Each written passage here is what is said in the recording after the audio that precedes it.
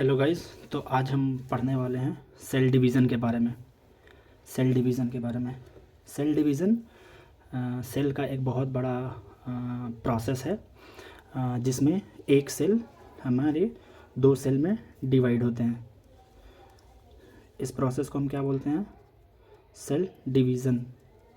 नाम से ही पता चल रहा है, सेल डिवीज़न मतलब जब एक सेल एक से ज़्यादा सेल में डिवाइड हो। ठीक है, बात करते हैं सेल डिवीज़न होता क्या है। ठीक है, अब हम एक बात करते हैं सेल साइकिल के बारे में। सेल साइकिल क्या होता है? सेल डिवीज़न में जो भी प्रोसेस होते हैं उसे हम सेल साइकिल बोलते हैं। All the processes happening in during cell division is called cell cycle. Cell cycle को भी हम दो फेज़ में डिवाइड करते हैं। एक हो गया हमारा इंटरफेज़ और एक हो गया हमारा एम फेज़। एम फेज़ मतलब इसे एम को हम माइटोटिक भी बोलते हैं। Okay, mitotic. ठीक है, इंटरफेज़ क्या होता है और एम फेज़ क्या होता है, अब हम ये पढ़ते हैं। इंटरफेज़ में हमारा सेल प्रिपेयर होता है डिवीज़न के लिए। ओके, इंटरफेज़ जो होता है वो 95% ऑफ द सेल साइकिल का पार्ट है। ये मीन्स अगर 1 घंटा काम हो रहा है तो 1 घंटे में 95% ये फेज़ चलेगा, इंटरफेज़। ओके, सो हम ह्यूमन सेल की बात करते हैं। हमारा ह्यूमन सेल जो कि हमें मालूम है कि वो यूकैरियोटिक सेल होता है, वो कितना टाइम लेता है? 24 आवर्स का सेल साइकिल चलता है उनका। मीन्स 24 आवर्स में एक सेल एक से ज़्यादा सेल में डिवाइड हो जाते हैं। अगर हम यीस्ट की बात करें, यीस्ट कितना टाइम लेता है? 90 मिनट्स। मीन्स 90 मिनट्स में यीस्ट डिवाइड हो जाता है। ठीक है, तो हम बात करते हैं यहाँ पे माइटोसिस से रिलेटेड। तो इंटरफेज़ क्या होता है? इंटरफेज़ में सेल ग्रोथ होते हैं और क्या होते हैं, कुछ प्रोटीन्स बनते हैं और डीएनए रेप्लिकेशन होता है। ठीक है, डीएनए रेप्लिकेशन होते हैं। ठीक है,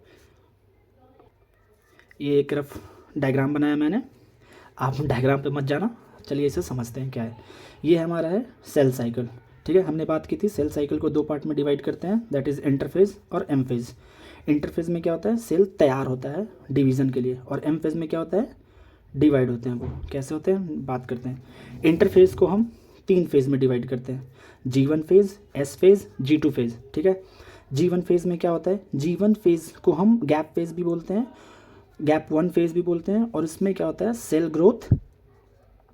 ठीक है, और इस फेज़ में हमारे सेल जो होते हैं वो मेटाबॉलिकली एक्टिव होते हैं। ठीक है, सेल ग्रोथ होता है इसमें।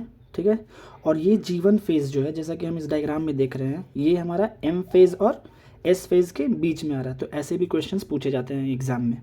ठीक है, तो G1 फेज़, एस फेज़ और एम फेज़ के बीच में आता है। इस G0 फेज़ की भी बात करेंगे हम थोड़ी देर के बाद। ठीक है, तो ये G1 phase occurs between S phase and M phase. Okay, और G1 फेज़ में क्या होता है? सेल ग्रोथ होता है, सेल तैयार होता है डिवाइड करने के लिए। ठीक है, एस फेज़ क्या होता है? एस फेज़ को हम सिंथेसिस फेज़ भी बोलते हैं। सिंथेसिस फेज़ में क्या होता है? हमारा डीएनए रेप्लिकेशन होता है।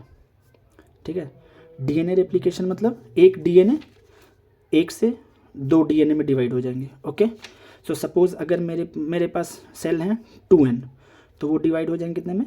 4n में। ठीक है, डीएनए, बट क्रोमोसोम का नंबर सेम होता है। जितने क्रोमोसोम पहले होते हैं डिवीज़न के पहले, एस फेज़ के पहले, उतने ही क्रोमोसोम एस फेज़ के बाद भी होते हैं। हम बात करेंगे इसके बारे में भी। प्लॉइडी चेंज नहीं होती। ठीक है, एस फेज़ में डीएनए रेप्लिकेशन। अब हमें पता है डीएनए कहाँ होता है? हमारे न्यूक्लियस में, राइट। ये हमारा न्यूक्लियस और ये हमारा साइटोप्लाज्म और ये हमारा सेल। ठीक है, तो एनिमल सेल की अगर बात करें तो न्यूक्लियस में क्या होता है? डीएनए का रेप्लिकेशन होता है। ठीक है, बहुत इंपॉर्टेंट चीज़ बता रहा हूँ, ध्यान से सुनना।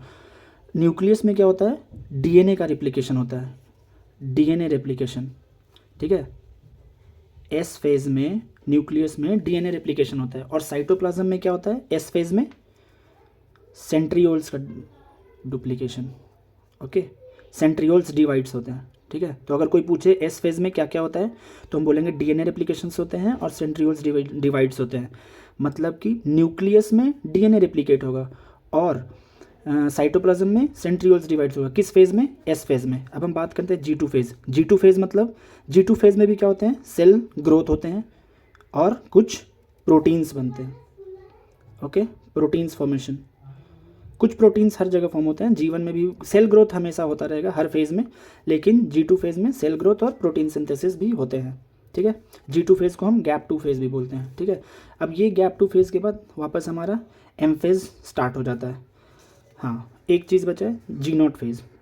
ठीक है, ये G0 फेज़ क्या होता है? क्या होता है, कुछ सेल्स जो होते हैं वो ओकेजनली डिवाइड करते हैं, मतलब कि उनका सेल डिवीज़न रुक जाता है, होल्ड पे चला जाता है, हम बोल सकते हैं। और वैसे सेल्स कैसे सेल्स होते हैं? एक एग्जांपल है उनका हार्ट सेल्स। हार्ट सेल्स जो होते हैं वो G0 फेज़ में चले जाते हैं, मतलब जिनको डिवाइड करना नहीं होता है वो इंटरफेज़ को एग्जिट करके G0 फेज़ में चले जाते हैं। ठीक है, और ये इनमें से एक एग्जांपल है हार्ट सेल्स। ये बहुत इंपॉर्टेंट है। अगर कोई पूछे कि कौन से सेल्स जो होते हैं वो G0 फेज़ में होते हैं तो क्या बोलेंगे हम? Heart cells. ठीक है, ये G0 फेज़ में। G0 फेज़ में भी मेटाबॉलिकली एक्टिव होते हैं, पर ये प्रोलिफरेट नहीं करते, मेटाबॉलिकली एक्टिव होते हैं। ठीक है, ये भी मेटाबॉलिकली एक्टिव होते हैं। ठीक है, तो ये हो गया G0 फेज़। ठीक है, तो और इसे हम क्या बोलते हैं? क्विसेंट फेज़ भी बोलते हैं। क्विसेंट फेज़ मीन्स जहाँ पे सेल डिवाइड नहीं हो रहा है। ठीक है, और M फेज़ की बात करेंगे हम, M फेज़ के बारे में भी डिटेल में बात करेंगे हम, लेकिन वो नेक्स्ट वीडियो में। ठीक है, अगर कोई प्रॉब्लम या डाउट हो तो आप कमेंट बॉक्स में पूछ के बताएं। धन्यवाद, फिर मिलते हैं नेक्स्ट वीडियो में।